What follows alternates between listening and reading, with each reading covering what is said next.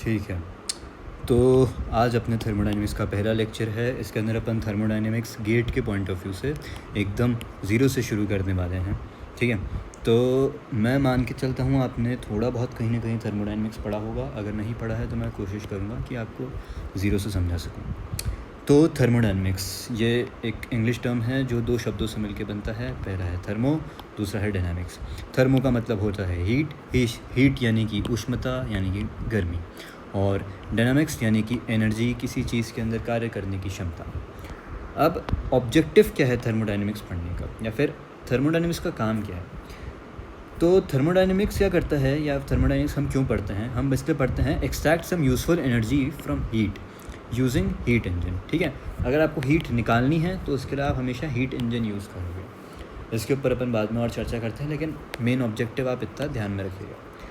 अब मेन जो फंक्शन क्या है इसका, जैसे includes different type of energy interactions. क्या होता है कि थर्मोडायनेमिक्स में मेरे पास मान लो एक चाय की केतली है और यहाँ उसके अंदर पानी है और नीचे से ये गैस जल रही है। तो ये गैस की गर्मी से पानी उबल रहा है।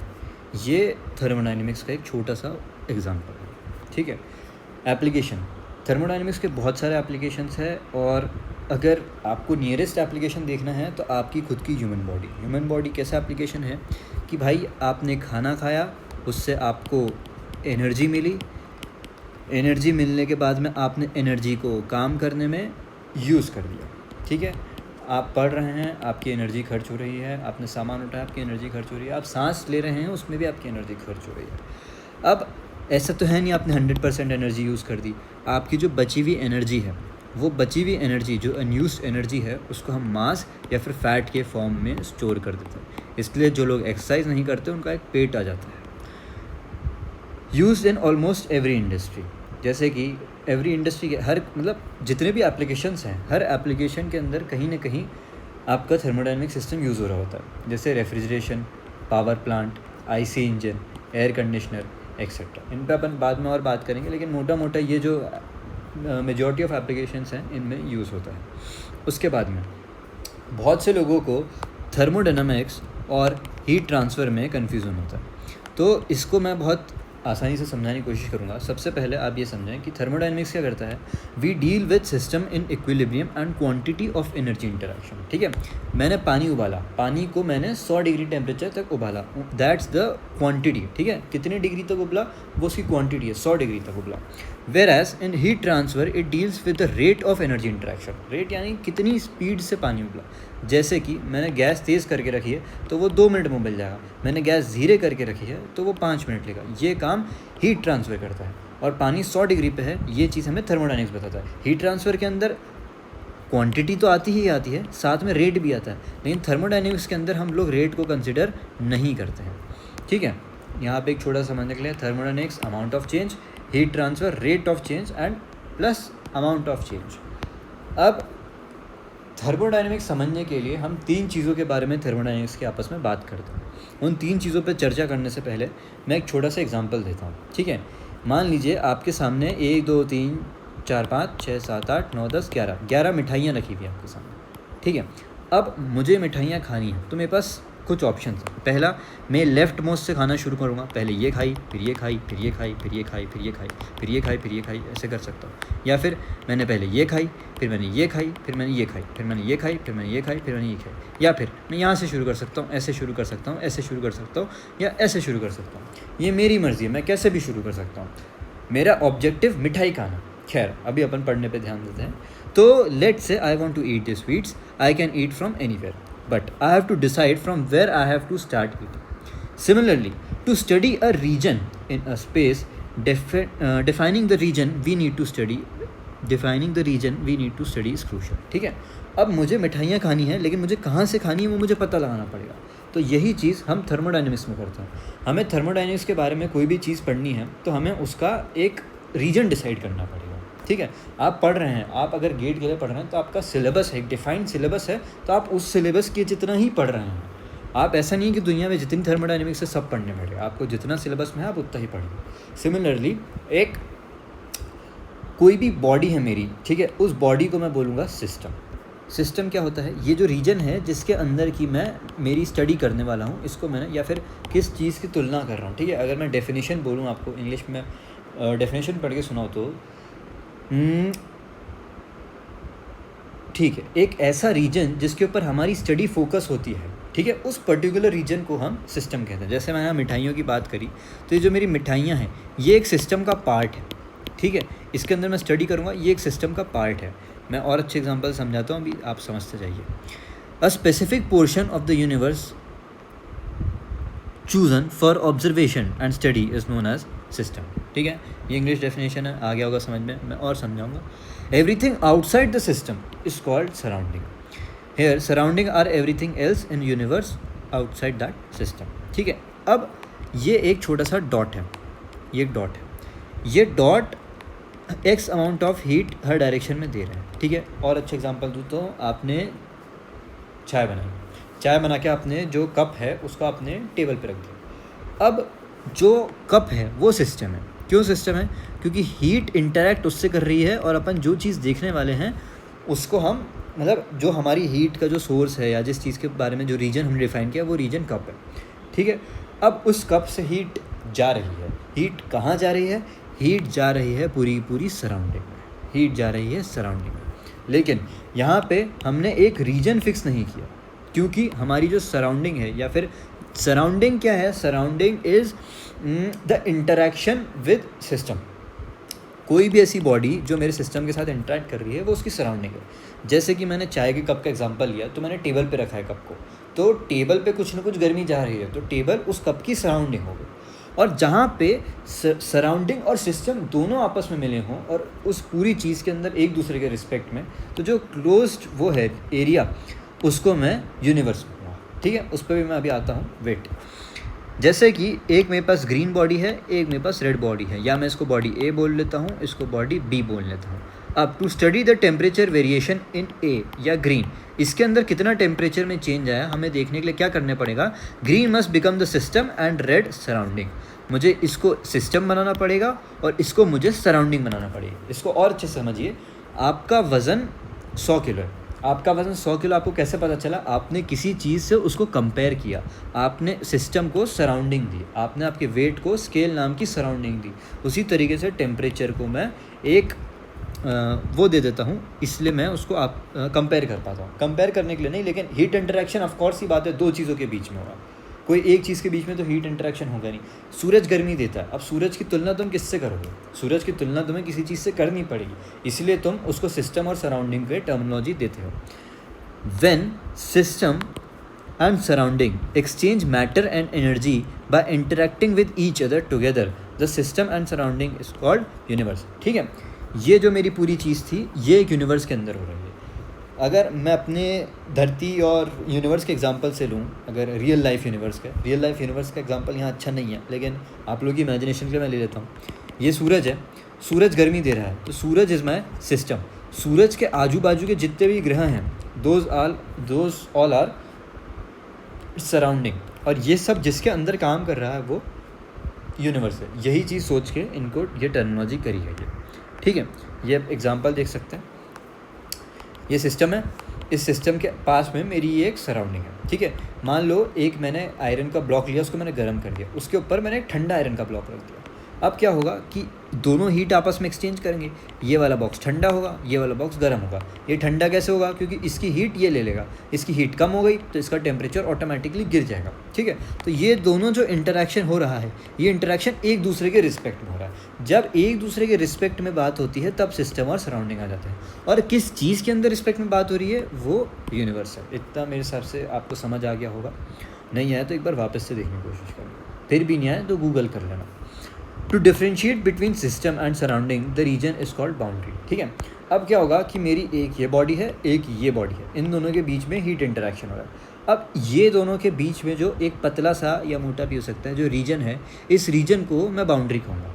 बाउंड्री की नीड क्या है? देखिए, सूरज की गर्मी हम लोगों तक आती है, वो आती है वैक्यूम या फिर हवा और जितने भी स्ट्रेटोस्फेयर और ओजोन लेयर और जितनी भी लेयर्स हैं उन सब के थ्रू, तो वो हमारी बीच में एक बाउंड्री का काम करती है, ठीक है। अब बाउंड्री को हम दो तरीक़ों से क्लासीफाई कर सकते हैं। पहला, रिजिड या मूवेबल या फिर डिफॉर्मेबल, दूसरा रियल या फिर इमेजिनरी। पहले अपन रिजिड और मूवेबल पे बात कर लेते हैं, ठीक है। फिजिकल हो सकती है या इमेजिनरी हो सकती है। अगर फिजिकल है तो रिजिड या मूवेबल होगी। Rigid which do not move and are fixed, example using air conditioner the heat is remove from room where the room is the system and the walls are rigid, ठीक है। आप कमरे में बैठे हैं, आपके कमरे में मान लीजिए आपने एसी कूलर कुछ भी चला के रखा है, या ठंड के मौसम में पड़ रहे हैं तो आपने हीटर चालू करके रखा है, तो हीटर आपके रूम में जो गर्म हवा फेंक रहा है, सिर्फ रूम के अंदर गर्म हवा फेंक रहा है, जो व्यक्ति बाहर बैठा होगा उसको गर्म हवा नहीं जा रही होगी, तो आपका जो रूम है that will be the boundary, ठीक है। मूवेबल बाउंड्री क्या होती है? मैं मान के चलता हूँ आप लोगों ने पिस्टन और गियर देखा होगा, ठीक है, पिस्टन सिलेंडर देखा होगा। पिस्टन सिलेंडर में क्या होता है, ये मेरा सिलेंडर है, इसके बीच में ये मेरा पिस्टन है, ये मेरा क्रैंक शाफ्ट है, यहाँ से इनलेट, ये एग्जॉस्ट, यहाँ से अगर मैं मोटरसाइकिल की बात करूँ स्पार्क इग्निशन की, तो यहाँ से मेरा वो आया, क्या नाम है इसका, फ्यूल और एयर का मिक्सचर, और ये पिस्टन मेरी ऊपर थी, पिस्टन ऊपर थी, यहाँ पे मैंने स्पार्क किया, धमाका हुआ और ये नीचे आ गया। तो ये जो बाउंड्री में जो चेंज आया, ठीक है, यहाँ पे ध्यान से देखिएगा, when the boundary moves with change in temperature, example a piston cylinder where the piston moves due to heat energy, यहाँ पे जो गैस है हमारी वो सिस्टम, ठीक है। वापस एक बार मैं डायग्राम बना देता हूँ, मिट जा रहा है बार बार। ये मेरा सिलेंडर, ये मेरा पिस्टन, ये मेरे वॉल्व्स, ये मेरा स्पार्क प्लग, ये मेरी कनेक्टिंग रॉड, ये मेरी क्रैंक, थोड़ा सा मैंने अलग बनाया लेकिन ठीक है।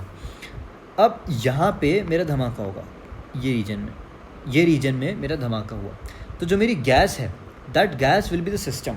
यहाँ पे अपन बाउंड्रीज़ की बात कर रहे हैं, सिस्टम की बात नहीं कर रहे हैं, ध्यान से समझिए। सिस्टम मतलब टाइप्स ऑफ सिस्टम नहीं, टाइप्स ऑफ बाउंड्रीज़ की बात कर रहे हैं अपन। तो गैस मेरा सिस्टम है, गैस मेरा सिस्टम है, यानी कि अगर पिस्टन मूव करे, पिस्टन कब मूव करेगा, जब गैस एक्सपैंड होगी, ठीक है। System will move along with gas, system move करेगा, क्यों, सिस्टम क्या, मेरी बाउंड्री मूव करेगी, यहाँ पे सिस्टम नहीं बाउंड्री आना चाहिए, boundary will move along with gas. We want to focus on gas in the system, हमारा फोकस क्या है, हमारा फोकस है गैस। तो आगे बढ़ते हैं अपन अब, ठीक है। अब हमने फिजिकल बाउंड्रीज की बात कर ली, अब हम रियल या इमेजिनरी बाउंड्री की बात करते हैं। कंसिडर अ वार्म वेदर, ठीक है, मौसम, अरे ना ना ना ना ना, गड़बड़ हो गई। हाँ, कंसिडर अ वार्म, ठीक है, एक कप है आपके पास, ये कप गर्म है, ठीक है। आप कप यहाँ से छुएंगे तो आपको गर्म लगेगा, या स्टील का ग्लास है, आप स्टील के ग्लास को यहाँ से छुएंगे कुछ गर्म भर के तो आपको गर्म लगेगा, क्यों, क्योंकि ये जो बाउंड्री है ये इसकी रियल बाउंड्री है। यहाँ पे लोग रिजिड और इसमें कंफ्यूज हो सकते हैं रियल में, लेकिन इतना समझ लीजिए कि रिजिड बॉडी मेरी फिक्स है, ठीक है, और रियल बॉडी ज़रूरी नहीं है कि फिक्स हो। देखिए वापस समझिए, मान लीजिए कि ये मूव नहीं करती, ठीक है, मतलब रिजिड बॉडी तो मूव नहीं करेगी कुछ भी हो जाए, और रियल बाउंड्री क्या है, ये फिज़िकली एग्जिस्ट नहीं करती है। जैसे और अच्छी एग्जांपल दूँ तो, हाँ, कप का एग्जांपल सही है, क्या दिक्कत है, ये कप है, आप कप को छुएंगे तो कप गर्म है, लेकिन अगर आप रूम को बाहर से छुएंगे तो रूम आपको ठंडा गर्म नहीं लगेगा, यही अंतर है इन शॉर्ट। इमेजिनरी बाउंड्री, आज मौसम गर्म है, ठीक है, तो मौसम गर्म है, मुझे कैसे पता चलेगा, कोई फिक्स बाउंड्री नहीं है ना कि यार आप ये दीवार क्रॉस करके चलाओगे तो वहाँ मौसम ठंडा हो जाएगा और वापस इस दीवार के आ जाओगे तो मौसम गर्म हो जाएगा, ये तो है ही नहीं, तो इसलिए ये इमेजिनरी बाउंड्री। ये इतना इंपॉर्टेंट टॉपिक नहीं है, लेकिन चूंकि मैं एकदम ज़ीरो से पढ़ा रहा हूँ तो इतना समझना ज़रूरी है आपके लिए।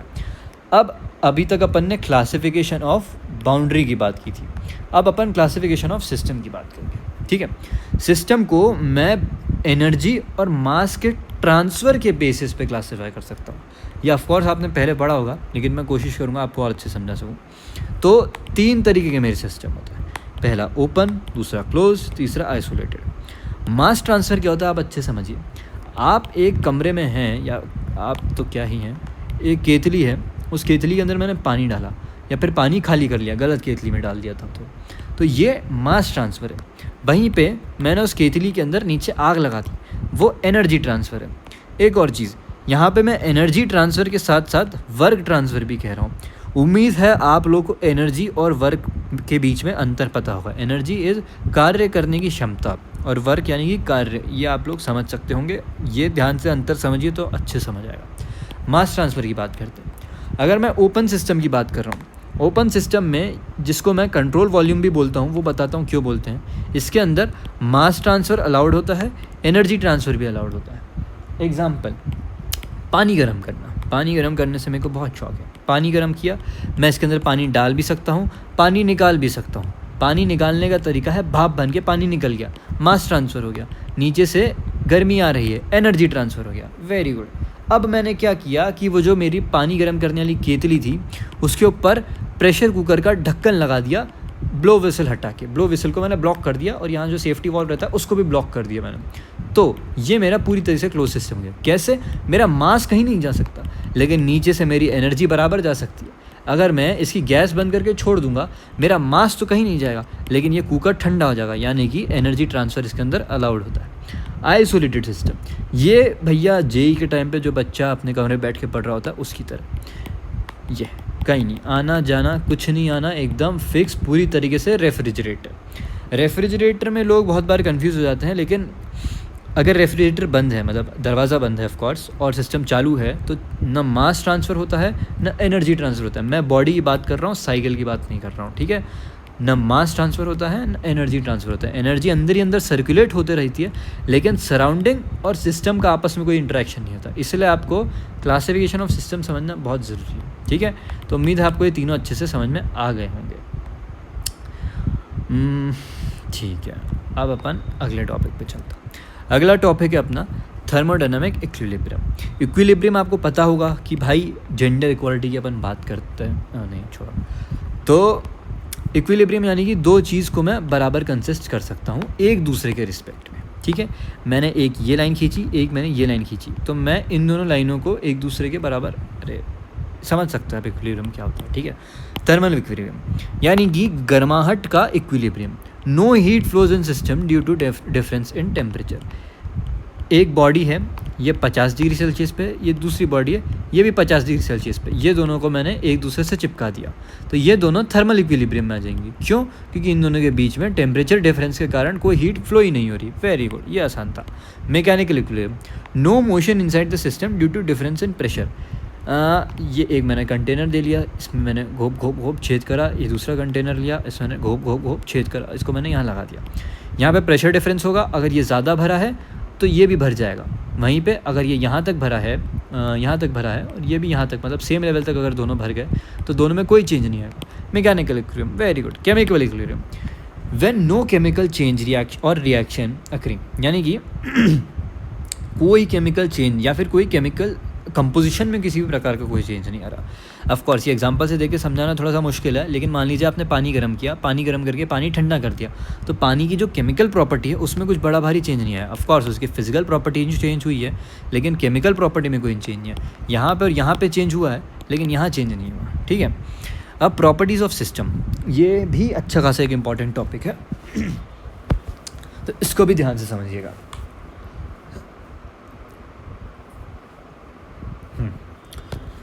प्रॉपर्टी ऑफ अ सिस्टम क्या होता है? Properties are characteristics of a system. Characteristics of a system like pressure, temperature, mass, volume, density. उम्मीद करता हूँ आपको इन सब टर्म्स का मतलब पता होगा, ठीक है। अब प्रॉपर्टीज़ मेरी दो प्रकार की हो सकती है। ये मैंने कैरेक्टरिस्टिक्स की बात करी, ये सब कैरेक्टरिस्टिक्स है, प्रॉपर्टीज़ नहीं है दादा, ये प्रॉपर्टीज़ है। एक होती है इंटेंसिव, दूसरी होती है एक्सटेंसिव। इंटेंसिव को आप ऐसा समझो कि भैया ये व्यक्ति है घने ही डिसिप्लिन्ड, और ये है कि भाई तुम इसको ज़रा सा छेड़ दो और ये वो हो जाए, बिखर जाए टाइप से, भिनक जाए टाइप से, मेरी बंदी टाइप समझ लो इसको, और इसको मेरी तरह समझ लो, कितना भी परेशान कर दो कुछ नहीं होता उसके रिस्पेक्ट में।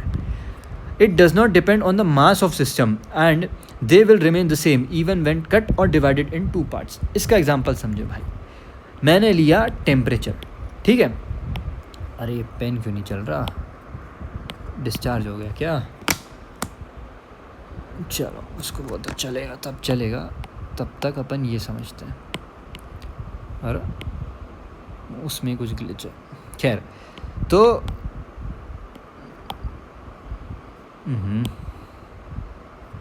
जब तक अपन इससे समझ, ठीक है, कहाँ गया मैं? मान लीजिए ये मेरी एक बॉडी है, ठीक है। ये बॉडी मैंने कॉपर का ब्लॉक बना दिया। अब मैंने कॉपर का ब्लॉक भी, क्या सिक्का ही ले लो तुम लोग गरीब हो, एक कॉपर का सिक्का है। उस कॉपर के सिक्के को मैंने आधा तोड़ दिया, तो कॉपर के सिक्के का जो टेम्परेचर था वो सेम ही रहेगा। ऐसा नहीं होगा कि भैया अगर ये 50 डिग्री का कॉपर का सिक्का था तो ये 25 डिग्री हो जाएगा, ये 25 डिग्री हो जाएगा। ये चीज़ यहाँ नहीं होती, ठीक है। मतलब कि ये एक एक्सटेंसिव प्रॉपर्टी है। अगर उसका टेम्परेचर मैंने उसको 2 हिस्सों में तोड़ दिया तो उसका टेम्परेचर क्या, तो उसकी प्रॉपर्टी अगर मेरी उसको 2 हिस्सों में तोड़ने के साथ में हाफ़ हो जाती है, या फिर जिस भी हिस्से में तोड़ता हूँ उसके प्रोपोर्शनल ही चेंज हो जाती है, तो वो मेरी एक्सटेंसिव प्रॉपर्टी कहलाएगी। ये आपको समझ आ गया होगा, बहुत ही आसान है, कुछ बड़ा भारी नहीं है। Depend on the extent mass of the system and it will change when cut और डिवाइडेड इनटू 2 और मोर पार्ट्स। जो भी एग्जाम्पल वैसे खुद ही सोचिए, देखिए, लेकिन mass is the best example for this. एक 10 किलो का बक्सा है मेरे पास, ये 10 किलो बना हुआ है ना, ये 10 किलो का बक्सा है। अब इस 10 किलो के बक्से को मैंने ठीक बीच में से काट दिया, तो ये 5 किलो का बन जाएगा, ये 5 किलो का बन जाएगा। ऐसे थोड़ी रहेगा कि मेरे पास 10 किलो के 2 बक्सा है ना। ये समझ में भी आ गया होगा आपको, ये भी बहुत आसान था। अब थोड़ा सा और आगे बढ़ते हैं अपन, लेकिन इसमें थोड़ा सा आपको ध्यान रखने की ज़रूरत है। ये है स्पेसिफिक प्रॉपर्टी, ये थोड़ा सा चोचला वाला केस है। ये एक स्पेशल केस है इंटेंसिव प्रॉपर्टी का। स्पेसिफिक प्रॉपर्टी क्या बोलती है कि extensive property divided by mass और volume when a system is divided into 2 parts. अपन ने देखा कि किस तरीके से एक सिस्टम को मैं 2 पार्ट्स में तोड़ सकता हूँ। Numerator will be half but denominator if mass और वॉल्यूम, अगर मेरा डिनोमिनेटर मास है या वॉल्यूम है, दोनों चलता है, it will also get halved. जैसे कि एक्सटेंसिव प्रॉपर्टी को मैंने, मेरा डिनोमिनेटर जो भी है, ठीक है, ये मेरा डिनोमिनेटर है और ये मेरा न्यूमरेटर। तो जब मैंने मेरे सिस्टम को 2 हिस्सों में तोड़ा तो मेरा न्यूमरेटर तो आधा होगा ही होगा, मेरा डिनोमिनेटर भी आधा हो जाएगा। इसके कारण जैसे मैंने एरिया लिया, एरिया बाय 2 ऊपर और नीचे वॉल्यूम बाय 2, ठीक है, एग्जांपल दे रहा हूँ, तो ये बाय 2 कट जाएगा और आखिर में मेरे को a बाय वी ही मिल जाएगा, जो सेम चीज़ है। तो यहाँ पे ऐसे केसेस में the ratio will remain same, making it N intensive property itself. जैसे कि स्पेसिफिक वॉल्यूम है, स्पेसिफिक वॉल्यूम, अच्छा यही एग्जांपल, वॉल्यूम अपॉन मास, ठीक है, तो वॉल्यूम बाय 2 करूँगा, मास अपॉन 2 करूँगा, मेरे को सेम ही चीज़ मिलेगी। स्पेसिफिक एनर्जी अपॉन मास करूँगा, energy by 2 upon mass by 2 करूँगा, तो भी मेरे को सेम ही आंसर मिलेगा। तो ये स्पेसिफिक प्रॉपर्टी का स्पेशल केस है, ठीक है। अब अपन स्टेट ऑफ अ सिस्टम की बात करते हैं। ठीक ठाक है, मतलब बहुत ज़्यादा इंपॉर्टेंट तो नहीं है, लेकिन हाँ कॉन्सेप्चुअल पॉइंट ऑफ व्यू से काफ़ी ज़रूरी है ये, इसको भी समझने का प्रयास करेंगे। A system in a thermodynamic equilibrium where there is no change in properties is called state, ठीक है। अभी इसलिए आपको इक्विलिब्रियम पढ़ाया था मैंने कि कोई ऐसा सिस्टम जो थर्मोडायनेमिक इक्विलिब्रियम में है तो उसकी प्रॉपर्टीज़ में कोई चेंज आएगा ही नहीं, ऑफकोर्स ही बात है, तो उसको मैं स्टेट कहूँगा, state. To fix the volume, to fix the value of properties of a system, we initiate the system is such a system, ठीक है। जैसे मैंने ये एग्जांपल समझो तो समझ आएगा, ठीक है। The state of a simple compressible system is completely specified by 2 independent instances property. State postulate करके एक नियम है, ये नियम क्या कहता है मैंने यहाँ लिखा है। अब इसमें सिंपल कंप्रेसिबल बॉडी जो है या सिंपल कंप्रेसिबल सिस्टम जो है, ज़रूरी शब्द है। सिंपल कंप्रेसिबल सिस्टम क्या है कि कोई ऐसा सिस्टम जिस पे ग्रेविटी की फोर्स नहीं लग रही है, जिस पे इलेक्ट्रोमैग्नेटिक फोर्स नहीं लग रही है, जिस पे मैग्नेटिक फोर्स नहीं लग रही है, वही एक ही बात है, जिस पे इलेक्ट्रिकल फोर्स नहीं लग रही है, या फिर इस पे सरफेस टेंशन नहीं लग रही है, तो इसको मैं सरफेस सिंपल कंप्रेसिबल का प्रकार बोलूँगा।